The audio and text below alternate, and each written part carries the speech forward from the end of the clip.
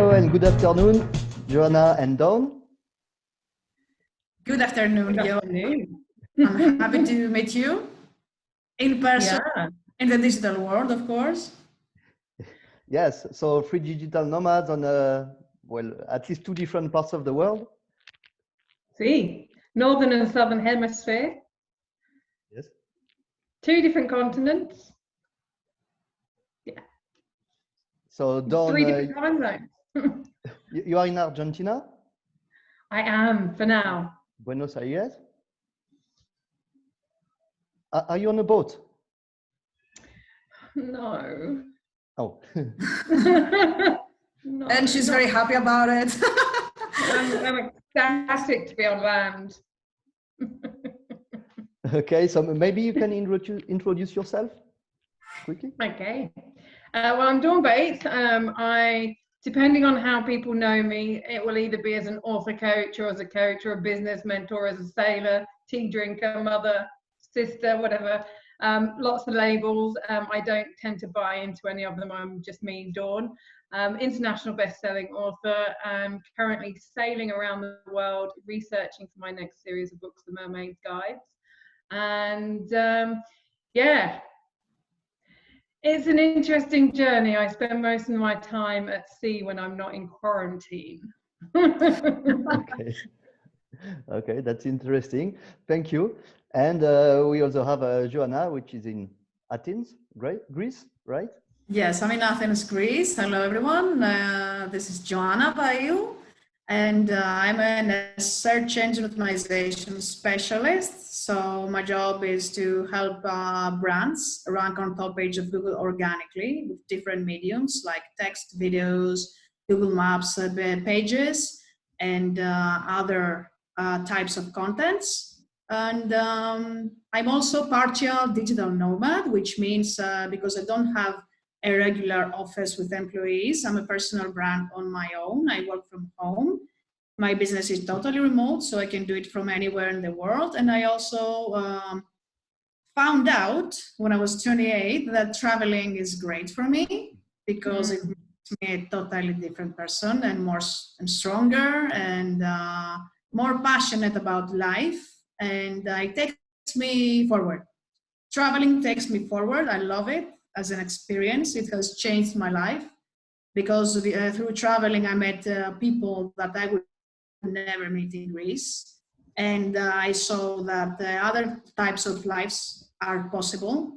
And if I never went out, I would never have experienced that this is possible for me. So I did that. I met my first digital nomad when I traveled to Barcelona 8 years before. And I saw, he taught me that, you know, this is possible. You can do it too. It was great for me because back then I was very suppressed growing up, and I was told that as a woman I can't travel by myself. I can't leave home without my husband or whatever. So it was like, yeah, people are more free here and people can travel, and I'm a woman and I can also take myself and take me on a plane with my own money without anyone, you know, supporting me because I'm capable enough to support myself and smart enough to support myself. It was great that I met other people like me, and that gave me strength because, yeah, the environment from which I come from, it's not at all encouraging of all this modern stuff. Not at all. So yes, it changed my life from the people I met, and I saw that things are possible. So how did you to meet? How we met with Dawn? Yes. We met on LinkedIn, right? Mm. Yeah. Dawn had Yeah, I think it was my my catchphrase, "Come on, ladies, grab life by the ovaries," that really. Yeah, I think that Dawn has, you had seen my cover picture. I had a bold cover picture, like. See, yes. Yeah, anyone that's got a note or a boat picture, like straight, grabs my attention. I have the soul of a mermaid, like ocean soul, Corazón Azul, as we say here in Argentina. I have a blue heart. I actually walked to the marina the other day, and I hadn't seen the ocean, like the horizon. I mean, for some people, this might seem like a bit extreme, but I hadn't seen the ocean for like a couple of months because we've not been allowed to go more than 5 blocks. And I saw the horizon, and I burst into tears. I heard the seagulls. I was like, oh my God, like, because I'd sailed along that horizon just a few months ago. So yeah, whenever I see oceans or boats with people, I'm like, oh, are they sailors? Are they ocean people too? Because most people just stay on the beach, drink their beer, or they drink their gin and tonic, and they look at it and they like to sunbathe on the beach. But those of us who cross oceans for fun, yeah. I look forward to hear about that. See, that's exotic to me. I'm the person who sits and drinks the beer and looks at the sea. But otherwise, I think it's a frightening monster sometimes. No. Come on, you're in business. Yes, I am in business, and but I wouldn't call myself that adventurous. I mean, physically adventurous, you know.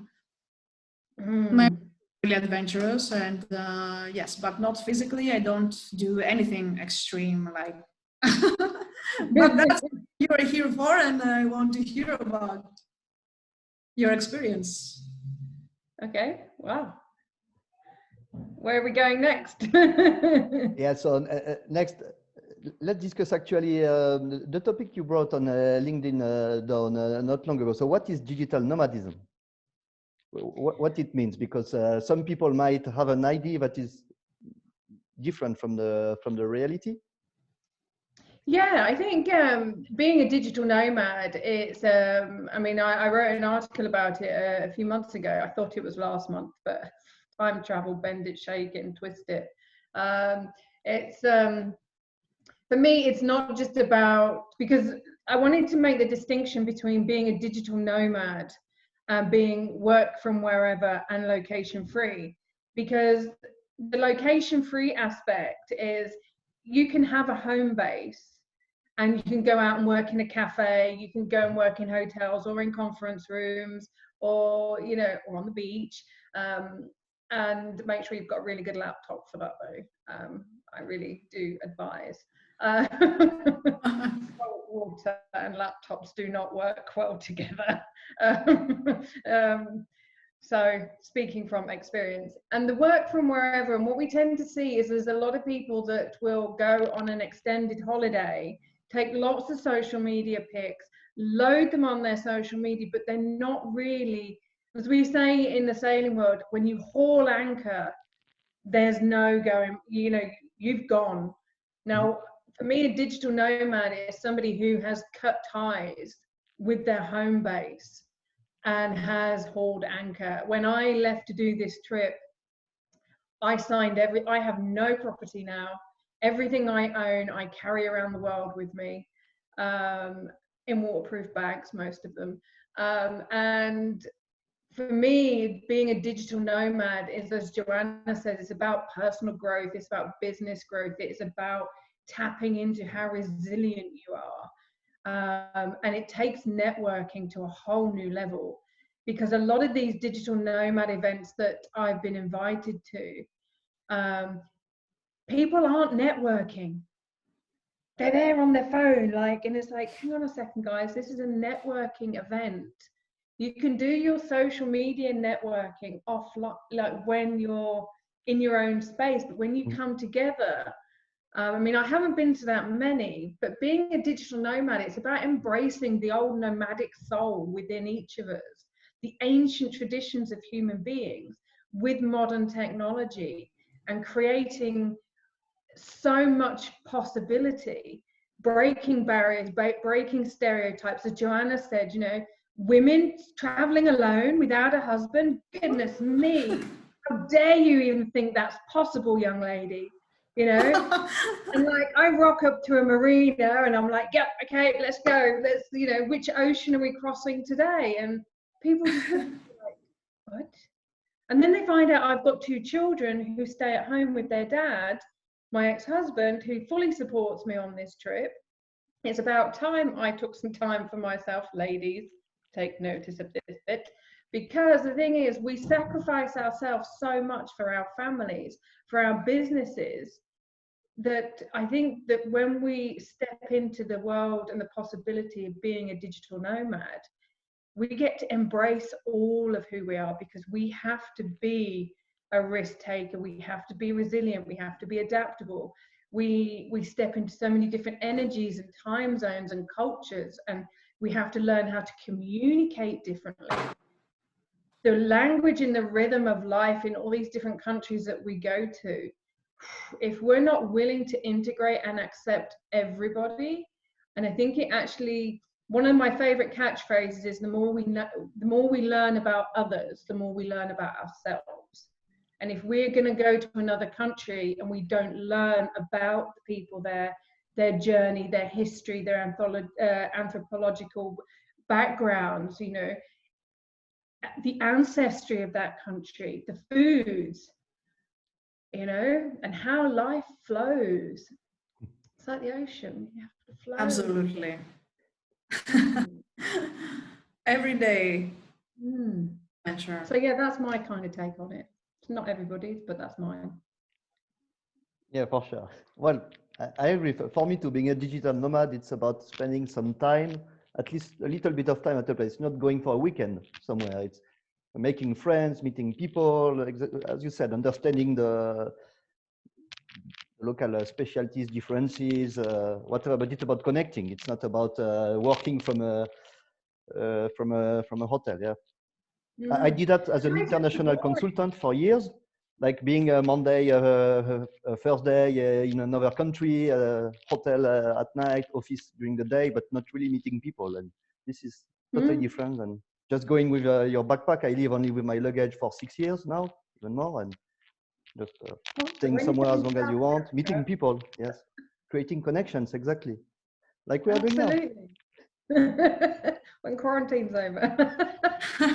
Well, we still do, but remotely, digitally. It is.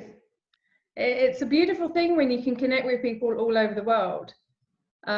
You know, someone said to me, and I found this phrase really quite interesting. I feel sorry for you. I was like, what? She goes, well, and I was like, well, like, I don't know. Well, the two things. One was like, oh, you're having to carry all that stuff. I was like, it's a mobile gym. You know, like if I was in the gym, I'd be squatting 40, 50 kilos. I'm carrying it, you know, with me. It's all good. And what was interesting, this lady was really quite large. So she was probably carrying a lot more on her than I was carrying in my luggage. But the other thing was that she goes, you have friends, she goes, you know all these people in all these different countries, but what friends do you have? I was like, whoa, okay.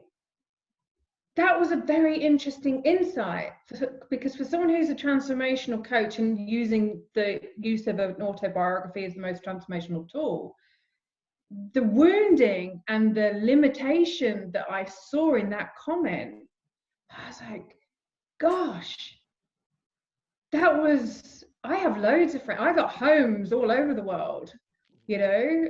I know I can rock up in any country pretty much now, in any country around the world, and I'm guaranteed a hug that will squeeze the life out of me, and have the most belly laughs that my sides will ache, and we can go for years without speaking and turn up in each other's doorsteps and just carry on just like that, because we've been through so much together as travelers and as sailors. Because the thing is, when you cross oceans and you're in the middle of the ocean and there's no land for days, for weeks, other than the land, sometimes the land beneath you, you know, we're talking fathoms here, you know, the land beneath you is the closest land. You don't see land for weeks, and that's just, oh, blissful. You have to be good friends to do that, because boats get smaller by the second when you're sailing with people you don't like. Oh, I can imagine what a challenge this might be. Yeah, you have to learn to keep your mouth shut sometimes, and that was a big challenge for me at the beginning. So, Dawn, for how long have you been a Notion digital nomad? Full time, two and a half years, I think. This time, yeah, for about 2.5 years. I started in New Zealand, did lots of sailing around there. Then I sailed to Vanuatu, then to Australia. Then I was gifted a flight home by an organisation in Australia that does work for women because of the work that I do for women in the world. Because I'd missed a boat crossing, an ocean crossing to Indonesia. People keep telling me either Bali's not ready for me or I'm not ready for Bali. We'll find out one day. And then I went back to the UK, saw my boys for a month, and then set sail from the UK. And I've just finished a 3-month ocean crossing from the Canary Islands, and sailed down to Cape Verde or Cabo Verde, then to Montevideo, then to Las Malvinas, as the Brits call it, the Falkland Islands, and then down into Punta Arenas in Chile. And I've made my way up through Patagonia, because sometimes I am on land, because, you know, what's the point of going to a country if you're not going to go inland and discover the country, the lakes and the mountains? Patagonia. I saw an iceberg. That must be incredible. Yeah, but this is the thing about being a digital nomad, right? We're enriching our own life. And as somebody who we fast forward our international global businesses, you know, I've always been a local girl with a global mindset. And I think this is the thing about being a digital nomad. You can be an introvert and build a global brand. You can be that quiet person who doesn't like a lot of crowds, like the city of London or Athens or Paris or exactly. You know. I mean, I lived in Cairo during the uprising. That was city enough for me. But you can be that quiet because you spend so much time by yourself. You get to go inwards and you get to be comfortable with who you are and show up however you want to show up. Mm-hmm. You know, and that's a very beautiful gift to give yourself. For sure. So when are you sailing, by the way? Do you have your own boat, or are you hopping in other people's boats? How does that work? Well, I'm being a pirate at the moment, not really. I have, during quarantine, I have considered going pirate on many occasions. It's like, oh, there's boats. At the moment, because I'm researching for the Mermaid's Guide to Hitchhiking and the Mermaid's Guide to Leadership, what I'm doing is I'm boat hopping around the world. So I'm looking at how different captains lead their crew, if they're leaders or whether they're just captains. And also learning how different cultures do their sailing and how life in marinas. So at the moment I'm boat hopping and I'm collecting my boat when I get to North America, ready for me to sail back across the Atlantic, or I might just go the other way and go across the Pacific. But yeah, we don't know. I never know where I'm going next, but I know that I'm making my way up through the Americas. And when I get to North America, I pick up my boat and then it's vamos back to New Zealand to complete the circumnavigation. Yay! Amazing. So when you will get your own boat, will you have I don't know, some spaces to share? Yes, I will be gifting back to those, because the thing is, it's when you step onto someone else's boat, you have to remember it's their home a lot of the time. Mm-hmm. Yes, I've done boat deliveries, and this is something that a lot of ocean nomads don't understand. It's not a free ride. There is work to do on the boat. You are stepping into someone's home and they are gifting you an opportunity to sail with them.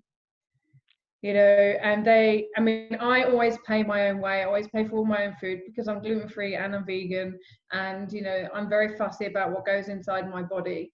But also, and, you know, you have night watches to do. You know, you can't, it's not all sitting on the deck sunbathing with a gin and tonic. You know, you probably only have like 8 hours awake.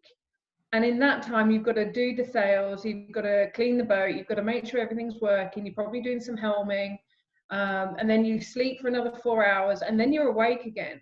You've got to be really adaptable. And if there is a storm that you're heading into, I mean, what was it, 18 months ago, I went overboard, smashed all my front teeth, and Lorenzo, if he hadn't been on board, I love that guy. He pulled me back on, but we were out in a storm, 6 meter waves, 35 knots of wind on the nose, and we were heading into the wind. Sorry, on the nose is the wind was beating onto the bow of the. So it's yeah, you really have to step into your own power when you do this, and really understand that when someone gifts you the opportunity to sail with them, that's an honor in a lot of ways, because like I say, it's their home. They've invested time and effort. Maybe they've worked all their life to be able to save up and buy this boat. Maybe they have, you know, sold everything to buy this boat, and they're allowing you to come on and sail with them and be in their private space. Mm-hmm. And that is a truly humbling gift to, I mean, I've sailed with some cracking people, sailed with some nutters as well, but it's all been good. It's all been good. Well, that's pretty similar for us land-based, like to doing things like couch surfing or you know, staying at other people's places, or it's nothing is for free in this world. When somebody offers you something, I mean, you can kind of have to give a little bit back, cooking, whatever. But yeah, it's not. Yeah. So how long have you been a digital nomad then?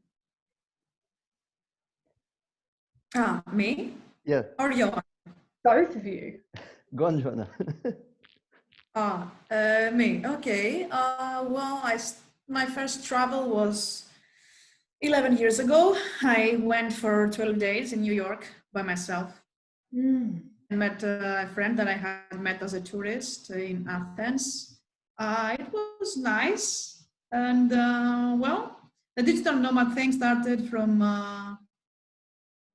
8 years ago.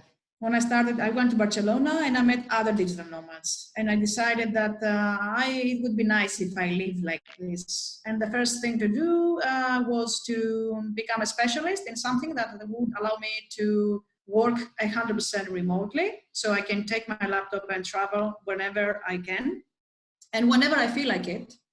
Because it takes so much energy. It takes energy. It's other thing to be at home here, comfortable.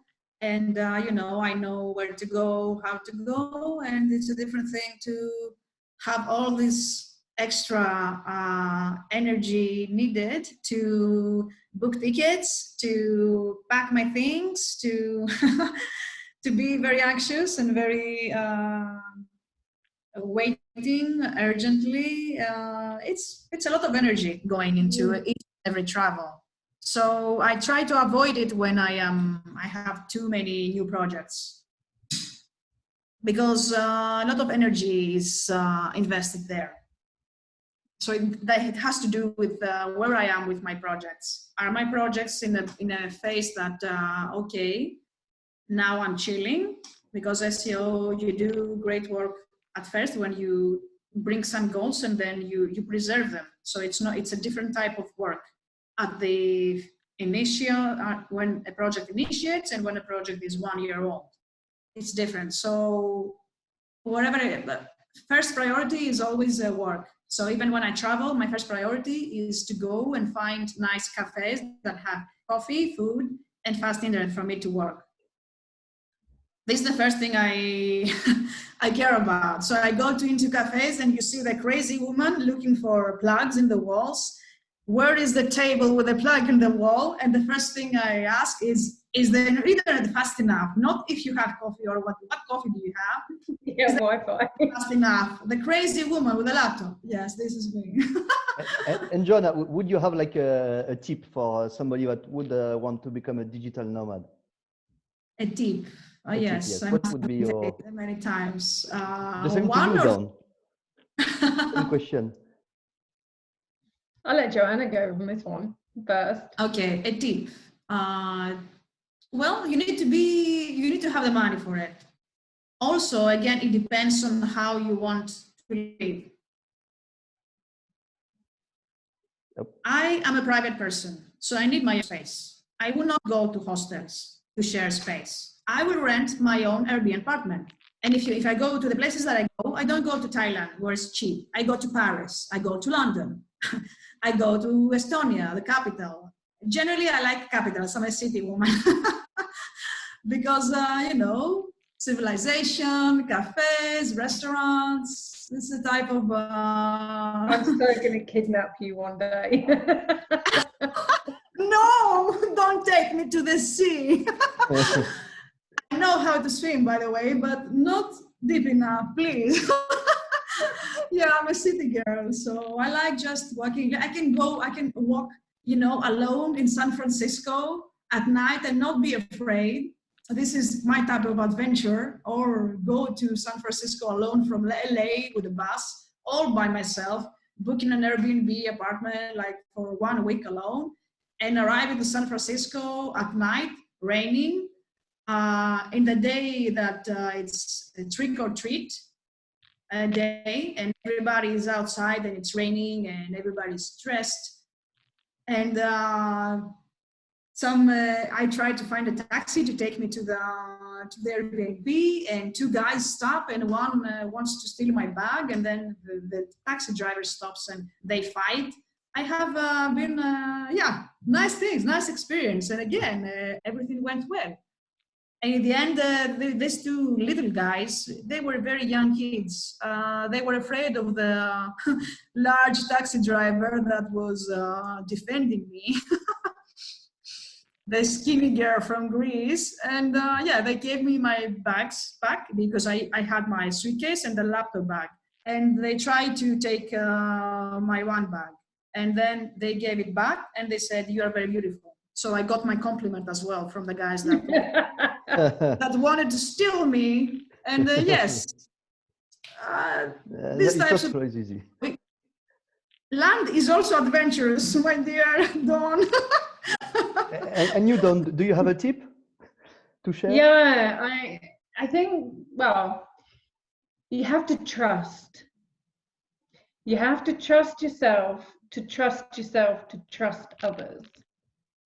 And I think that, and also to trust the process and that everything is going to work out just as it's supposed to. Because there have been places that I don't stay in hotels very often, because with the work that I'm doing and the research that I'm doing and my audience, some of them don't have a lot of money, some of them have a huge amount of money. And so I've stayed in some places that are very cheap. I've stayed in places that are not so cheap. And I stayed in a hostel for the first time in my life. And I've stayed in a variety of kinds of hostels. And now I've got to the point where it's like, you know what? Airbnb apartments are the way forward. I agree. Absolutely. And thank God for Airbnb. Exactly. It avoids all of because obviously there's always moving. You don't have to then worry about permission papers. You don't have to worry about long deposits or like 3-6 month deposits. You don't have to worry about estate agents. Just and the thing is, when you have to trust your own gut, you have to trust your intuition, because and read the reviews, but don't take them, because we're all different. what someone else might think is an amazing stay, you don't know what deal they've got with that person. They might be, you know, they might have stayed there and given a review because a friend wanted to build up their thing, and, you know, but just trust the process, trust that you've got this, you know, trust that even with massive projects, you can still move. So I'm going to challenge you there, Joanna, you know, like, even when you've got these big, massive projects that you've got going on, just trust that it's all like, when you feel that call to move, listen to it. You know, and when things don't work out, go, you know what, there's something better planned. That didn't happen for a reason. I was supposed to have 3 boat deliveries to the Caribbean, and not one of them turned up. One, there was a boat delay, then there was weather conditions, and then the wife, when the husband was talking to me about all the things I'm achieving, she got a bit jealous, so that trip kind of, I don't know what your problem is, love. But just trust that when things don't turn out as you want them to, it's because there is something better coming your way. It all comes down to trusting yourself, trusting your intuition, trusting other people, that they're not bad, you know, that they're not trying to rip you off, that they're not out to get something. It all comes down to trust. Absolutely, 100%. And trust that you're going to find a great cafe with great food and amazing internet. Yep, I agree. Definitely. Yeah.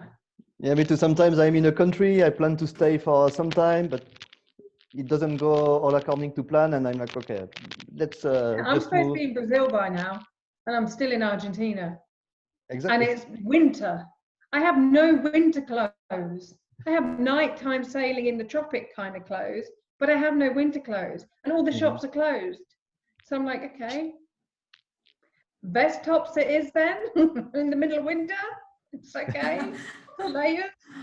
It's all good. So anyway, Don't like temperatures less than 20 degrees though. I'm a tropics kind of girl now. I'm sure you will find a way. So anyway, ladies, it was nice talking with you. We're already it was getting great to the end. To you too. We can always make another podcast another time. Of course, anytime. So quickly, in a few seconds, if you have anything you would like to promote, your own projects, you have 20 seconds left. Well, I'm about to launch something called Work the Wanderlust Way. So if people want to get in touch with me about that, they can email me or contact me on social media via LinkedIn or at Real Dawn Bates on Instagram and Bookface. We will share the links, of course. And you, Joanna? Of course, yes. Anyone who wants to connect with me and ask me any questions about search engine optimization, you can find me on LinkedIn via my name, Joanna Vaiou. And I have also started a new business, which is I partner with a real estate agency in Greece. And we provide advice and properties to international investors who want the golden visa for Greece and buy property, sell property, and invest in property in Greece. So connect with me on LinkedIn and send me a PM, and let's have fun. Yeah, we will share the links. Well, thank you both for joining, and it has been very interesting talking with you. Thank you too. About digital nomadism. Thank you. Bye. Have a nice day. Bye.